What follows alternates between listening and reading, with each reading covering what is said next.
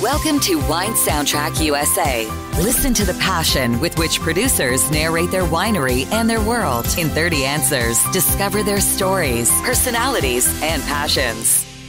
Hello, friends and listeners of Wine Soundtrack. This is Allison Levine, and today I am in the Napa Valley with winemaker Matthew Parish for Matt Parish Wines. And Matt, welcome to Wine Soundtrack, and tell us about Matt Parish Wines. Oh, hello everyone. It's great to be on.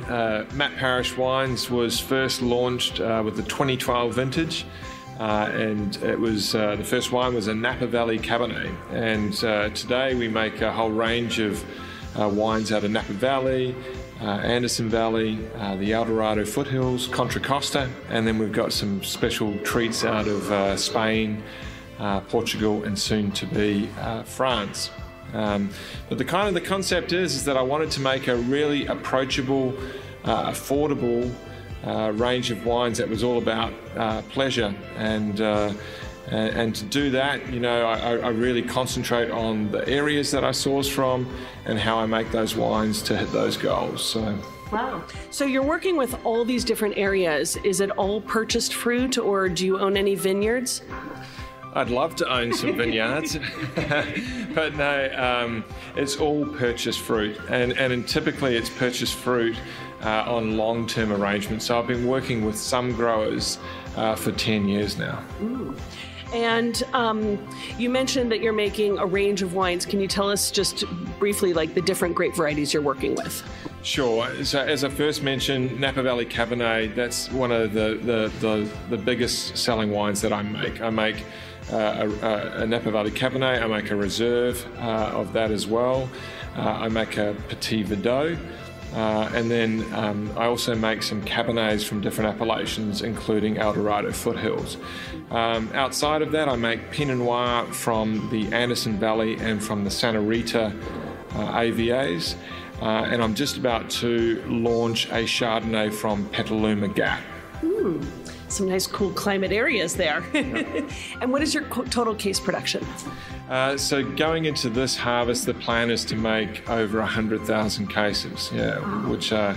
Which I didn't envisage when I first launched the brand. It was always like most winemakers, you know, a couple of hundred cases, maybe a couple of thousand, but it's just been phenomenal. Wow, I'd say. So 100,000 cases. Where can people find your wines? Are they direct to consumer? Are they in restaurants and retail across the country? How do we find Matt Parish Wines?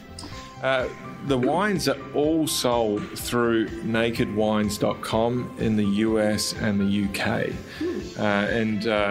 You know, and the reason that, you know, the brand is getting so big is because those platforms in that direct-to-consumer market have just exploded over the COVID period. So, yeah, but that's where you can buy the wines. Maybe one day in other venues, but I'm struggling to sort of keep up my production to service nakedwines.com.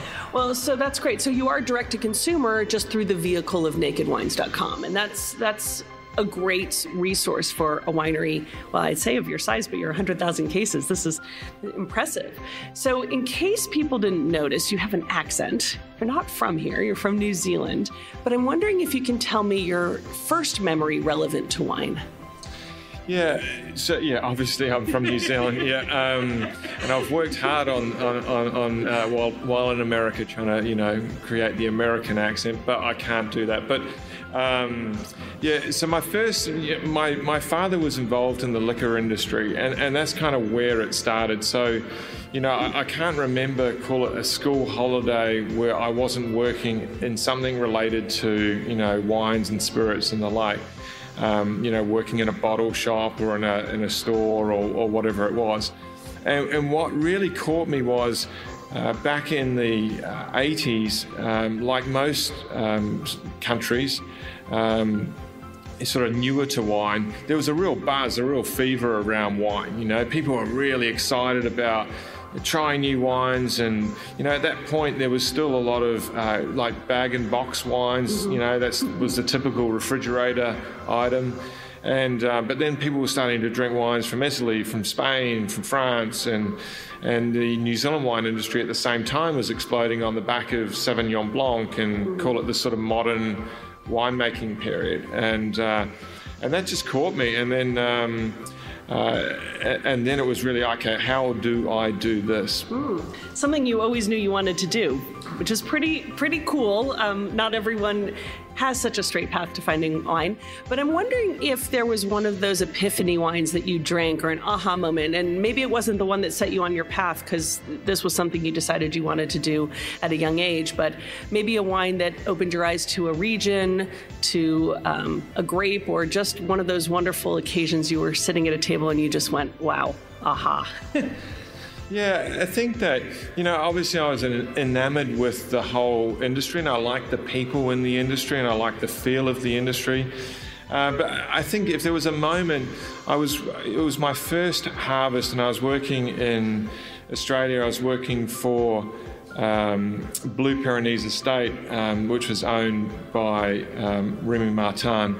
And one of the first nights I was there, the general manager cracked a bottle of Blanc de Millénaire, and I think I can't remember the vintage now, but the point was that that I just, when he opened that champagne and poured those wines, and I just noticed the whole room kind of lifted up. I lifted up, and I thought, wow, that's amazing that a wine can do that.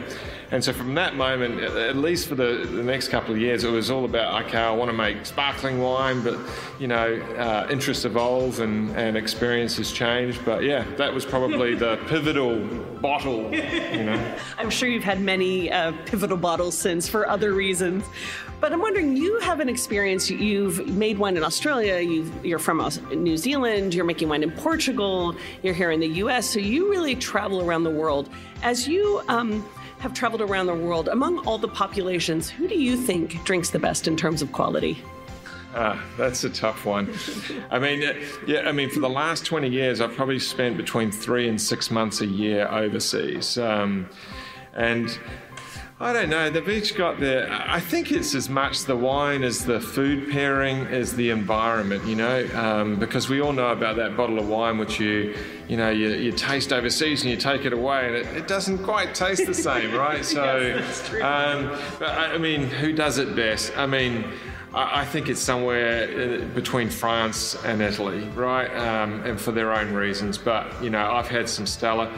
The only other area that I can't wait to get back to every time I leave is San Sebastian.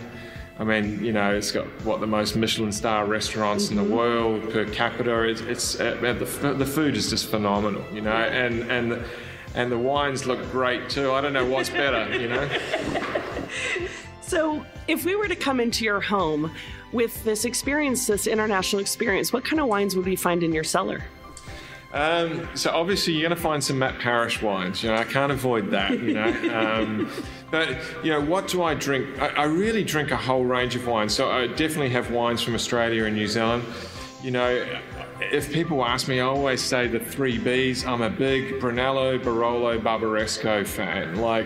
That's really my go-to wines. And probably what I drink most of outside of obviously living in California. Mm-hmm. And is there any wine from your cellar or maybe from someone else's that you opened recently that drank really well? What have I had? Beyond Sante, I had a bottle of that the other day. I was very fortunate to be able to taste that. To me, that was mind-blowing. To me, it wasn't even, call it their top wine, but yeah. So you work with a lot of different grapes. Do you think there's a such thing as a perfect variety? No, but I think like people or like food, they've all got their appeals, and I definitely like working with Pinot Noir. I think that there's a certain finesse and elegance to it, and there's also, obviously, it's very responsive in the vineyard and the winery. I like that about it, It's a challenge. I love a lot of, call it finer whites, from around the world. So Sauv Blanc, Semillon. I just love sort of, again, the finesse of those wines and the purity and focus that you can get with those wines. But yeah, I like it all. And that's why I've been going to Portugal a lot, is because there's a whole new range of varieties that I have no idea what they're about, apart from what I've briefly tasted. So yeah, so I think it's just exciting stuff all around. Yeah, no perfection, just lots of greatness. So for you as a wine drinker, red, white, or rosé? All of the above, yeah. Still or sparkling? All of the above, yeah. So you spoke a minute ago just about how in different cultures, wine and food play a big part together.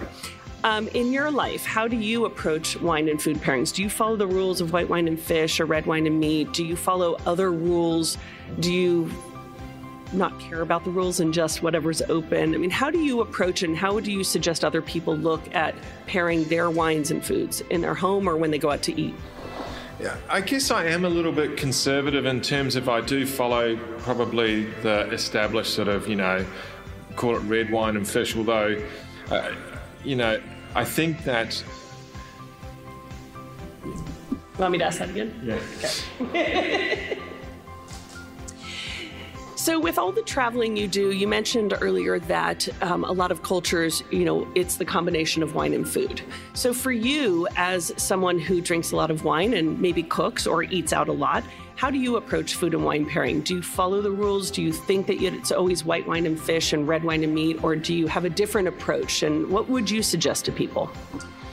Yeah, I guess I do follow the rules for a large part, although kind of one of my philosophies is to really break down a little bit of this facade around wine and sort of this elitism. But I cook a lot. My wife cooks a lot. We've lived all over the world. So, a typical week for us at home will be anything from curries to steak to fish. So the recipes coming out of, call it our home abroad, and but we'll pair based on that. Or a lot of the times, because I've got wines always coming up for bottling, it's really, my thing is that if the winemaker can't sit down and then thoroughly enjoy that bottle, then there's no way it should go in the bottle. And so often we won't follow the rules because I've got a bottling coming up and we're cooking up fish or something like that, and I need to taste this red wine, So and you never know, maybe it works. You just never know. So for somebody who hasn't had the pleasure to taste your wines, you talked about affordability, but what do you think they're missing out on? The thing that I spend a lot of time, I've been making wine for 25 years, and for 10 of those I was like a flying winemaker, so I was doing 2 harvests a year. So I've done over 30 harvests. So the one thing, when you sort of do call it the 10,000 hour kind of rule of practicing something, the one thing I've picked up on is and this is to listening to people tasting wine, to customers, is what is it that they are seeing that sometimes a winemaker doesn't see. And I think that for people it's a lot easier to explain why they don't like a wine. So the first thing is I always focus on those things that would be off-putting at the start. So obviously I make sure that in the glass it looks very attractive, like you want to smell it, you want to taste it. On the nose and on the palate, I'm trying to avoid, call it those characters that, basically cause you concern. And so, that might be very high acidity or some bitterness on the back palate or different aspects like that. But you've got to be careful because some of these characters actually, they add to, they add complexity. But the other thing that I really focus on is the range of fruit flavors, but also is texture. Because I think if it feels good on the palate, then that's really important. So I really spend a lot of time throughout production as well as when I'm blending and finishing wines, really thinking about the texture. Because I think when you get the texture right, you get a whole sort of visceral reaction. Well, I'm enjoying your rosé right now, which has a really nice mouthfeel. But I'm wondering if space aliens were to land on your property or come here to your custom crush facility, which of your wines would you want to present to them? Well, I think I would start with the rosé, you know, I mean, and then work up. I mean, it's obviously would have to be, you know, a very special occasion, having aliens descend. But, you know, I think I would start with rosé. You know, the majority of my wines have been red, you know, rosés and reds. And so this year's the first year I'm producing a Chardonnay. So, so for me, that's where I would start, as a palate cleanser before we get into the big stuff. And this is a rosé of? Mourvedre and Carignan. Yeah. Some grapes I like. So you said you've worked 30 different harvests and you were doing 2 a year, both sides of the world. Yep. And we know that vintage tells a different story. Every vintage tells a different story. Yep. But in your experience, and I mean, it's a broad range of experience, do you see that vintages give you more commonality or more differences? And I mean, how much variation do you see? And it probably varies region to region, but what has your experience shown you? Well, I think the simple thing is that winemaking is a craft, right? And you're going to make mistakes, and then you're going to do things that are perfect, and then somewhere in between. And the thing is to do all of those, to work out what works and what doesn't work, and what you like and what fits the style that you want to make. And so, you know, to me, I'm always building a picture in my head of, you know, different wines, particularly when I'm thinking about making a new wine. Like, I'll bring in influences that I've had in different areas, and I'll think about that taste profile or that tannin structure or whatever. And I build mental pictures of wines before I physically actually go and even get the grapes, or, you know. But I think the most important thing is that it's a craft, and so all of those experiences really do help, because you do see a whole range. I mean, I've done harvests in Italy, France, Eastern Europe, Spain, New Zealand, Australia, and obviously the US, and they're all very different, you know, different grape varieties, very different climates, you know, and I think that just helps you build a picture, you know. It can confuse the hell out of you, possibly, but I think, you know, when you've done it enough, I mean, I'm a slow learner, so it took me 30, I'm sure someone can do it in 10. You know? So, if we were focusing here in California, where you're spending your time now, are there any signs or predictors you look for that are going to tell you what a harvest is going to give you? Yeah, I mean, we're sitting in a time when there's a big predictor, which is no rains coming down. That's really concerning at this time of the year. But yeah, I mean, if you take, for example, Pinot Noir, I mean, if you look at the 2020 year, the vintage year, you know, that was a perfect growing season. There was a nice amount of soil moisture going into spring, so we had some lovely vineyards develop. It was good and fruitful, and then it was a relatively cool growing season. And with Pinot Noir, you obviously want it sitting, you know, somewhere in that, you know, in degrees Celsius, somewhere in that sort of 24 to 28, maybe 30. In Fahrenheit, you want to be sort of sitting in around that sort of, you know, 80s to 90, 80 to 90 sort of zone.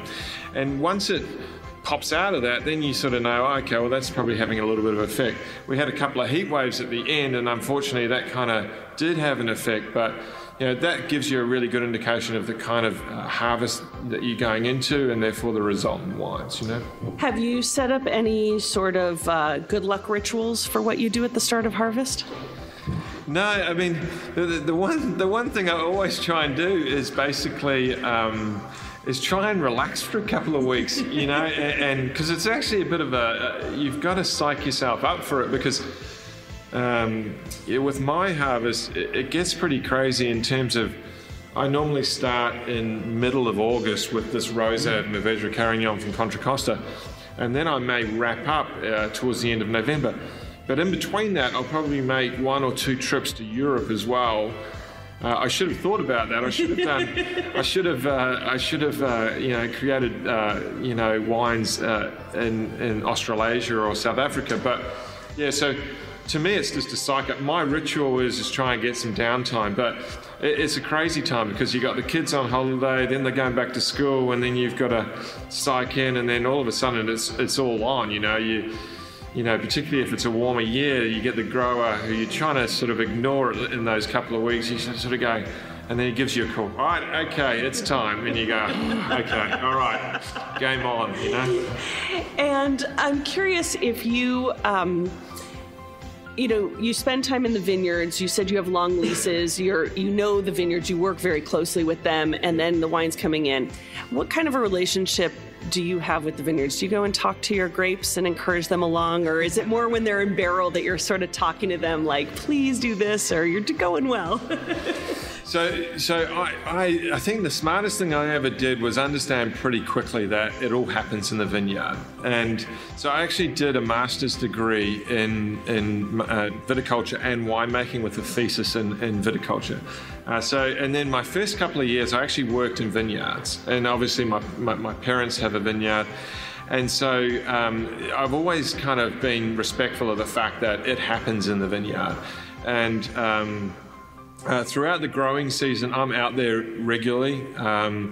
It depends on the time of year, but the relationship, obviously I'm trying to basically work with growers that are experienced, so they don't need someone on their back checking on them all the time. Let them do their thing, but I definitely do regular checks because there's nothing worse than a winemaker turning up, a week before harvest and going, it's all wrong, so... Then you have to yell at the grapes. That's right, yeah. So I spend a lot of time making sure that I'm getting into the right arrangements, working with the right people, and in the right areas, So when you were a little boy, was there something else you wanted to be, or did you know at a very young age this was your future? Oh, this is getting personal. There was one show. We had like 2 channels in New Zealand. There was one show on TV which was Chips, and I thought John was pretty admirable as a California Highway Patrol guy. And so early on, that's what I wanted to be, but it kind of got mixed up from there. So. Well, you found your way to California, so one part of it came true. That is right. That is right. So you mentioned how busy you get with harvest and that you were jumping back to Europe too at the same time. But when you're not busy, how do you spend your free time? My ideal weekend would be, I love to cook, and in particular barbecue. And we'll cook anything from fish to, obviously steak and things like that on the barbecue. But that's my ideal, is be basically, barbecue, pool, not really having to do anything, obviously a few glasses of wine or many glasses of wine. But that would be my ideal, is really, because I'm on the road all week or traveling, is really just, I'm a bit housebound on the week. I'd like to be housebound on the weekend. Sure. And then I also like to garden, so I spend a lot of time in the garden, which gets a bit more difficult, but... Yeah, getting the hands dirty. So I'm curious, you're a Kiwi. Mm-hmm. Are you a rugby fan? Yes, I think that's on the chip that you get installed when you're born. But in fact, I coach rugby over here. My son plays rugby. It's not that I pushed him into playing rugby. Obviously I've got an interest in rugby. It's the chip you're given. Yeah. Well, he was born in America, so I'm not sure what happened in that installation. But so I'm involved in rugby. I like watching rugby. But it's just not the same, because I loved going to the pub and watching the rugby, and it's a little bit more difficult to do here. If your team, maybe the team you coach, were to win, assuming that they were legal to drink, which of your wines would you want to give them to mark their win or their championship win? Well, they're 14, so that's not going to happen. Well, okay, your team back in New Zealand. I think it's got to be the Napa Reserve Cab, and because I think it's big and bold, it's dark and dense, it's everything that a big burly rugby player needs. So. So you like to relax and you like to get your hands a little dirty in the garden. But when you're planning a romantic evening for you and your wife, what sort of wines make for a romantic evening? Well, I think champagne is a given. In fact, we've got like an annual bottle. We crack a bottle of Cristal on our anniversary, which is nice. Can get a little expensive sometimes, but that's a tradition we do. But I think that's where that's why I love the Italian reds like Barolos, Barbarescos, because I think that the way that they evolve in the glass while you're drinking them, there's something special about that. I think it just and because they look lighter, but they have got such power. I think there's something sort of kind of, I don't know, a bit mesmerizing about that, and it sort of adds to the whole sort of, evening and ambience and feeling. Yeah. So when you look back at, we're all given advice throughout our lifetimes. Is there a piece of advice that someone gave you, family, friend, teacher, coworker, that is something of a mantra that you use towards your work or how you live your life? Yeah, that's a really good question. I think there's one that rings out, which is my granddad. My father's dad. He said to me one day, and I don't know if he said it exactly like this because I was pretty young at the time, but basically the lesson that he was, or the comment that he relayed is you want to sit back when you're old, and he was old at the time.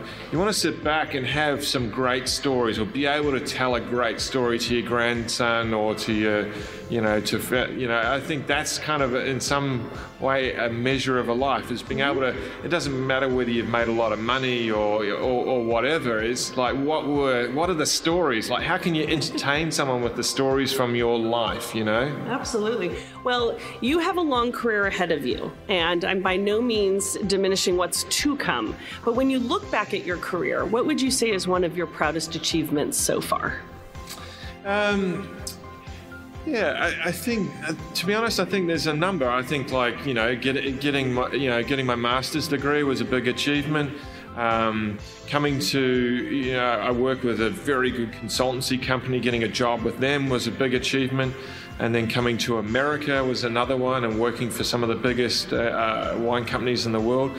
But, to be honest, like setting up my own business and having that operating for the last, call it 5 years, I think, that has definitely had some challenges, but I think that's the most rewarding because it's what I've done. And then of course, there's the Matt Parish brand associated with that. I mean, that's huge, what's happened. So, yeah. Yeah, absolutely. So complete this sentence for me. A table without wine is like? A table without wine is like the office. Not your office. No, that's quite true. In fact, my office has always got wine. A table without wine is no fun at all. Okay. Fair enough. So we're sitting at a table with wine on it. And I'm wondering, that empty seat next to you, if you could share a bottle of Matt Parish wine with any person, living or deceased, famous or not famous, who would you like to share a bottle of Matt Parish wines with? Oh, I think my granddad. There you go. Oh, you brought it full circle. I like that. So, one more silly question, although it's not so silly, and I may have some guesses based on the wines you talked about, but if you were sent off to a deserted island or out to outer space, what 3 wines would you take with you? That question always has to come. It's got to be the size of bottle too, so... and to answer, yes, there's refrigeration. Yes, there's plenty of glassware. It could be an endless supply. It's a bottle that never ends. It'd have to be a bottle of champagne. It'd have to be a bottle of Barolo, and then, I'd say, a reserve Napa Valley Cabernet. Ooh. So, Matt, I didn't warn you about this, but we play a little game at the end of Wine Soundtrack. if you couldn't guess from the name, soundtrack, wine and music. We know they go hand in hand. Whether you play music in the winery, whether you listen to it, wine makes us feel a certain way and music makes us feel a certain way. So based on some of your wines that we've got here, starting with rosé, I want you to tell me what it makes you think of. Now, you can be very generic and give me a genre, or you can give me a specific song or singer, but this wine that you would welcome aliens with and you would welcome me with, your rosé. That would be Bic Runga. She's a New Zealand singer, and my wife calls her my girlfriend, but I just love her voice, and it basically floats. It's amazing, and I think that it suits the wine because it's delicate, it's light, but it's intense, you know. Perfect. Next is your Santa Rita Hills Pinot Noir. I think that maybe we're starting to get into a little bit of jazz, maybe say a little bit of Coltrane or something like that. I like that. Yeah. I like that. And then there is the Pilot Hill Gang Cabernet Sauvignon. Yeah, I mean, on the jazz theme, I think we're starting to get like into the doo-wop period, with Miles Davis. That's starting to get a bit more beat to it. Yeah. And this Cabernet is from where? That's from El Dorado foothills. So I do 2 wines out of there, and off a vineyard called Safari, and it's an amazing site. Yeah, I can see the doo-wop coming in there. Okay, and then last but not least, your Napa Valley Cabernet.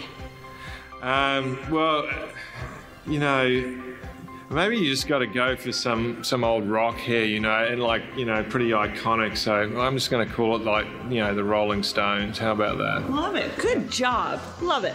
Matt, we're almost finished. I've got one final question, sort of a 2-part answer.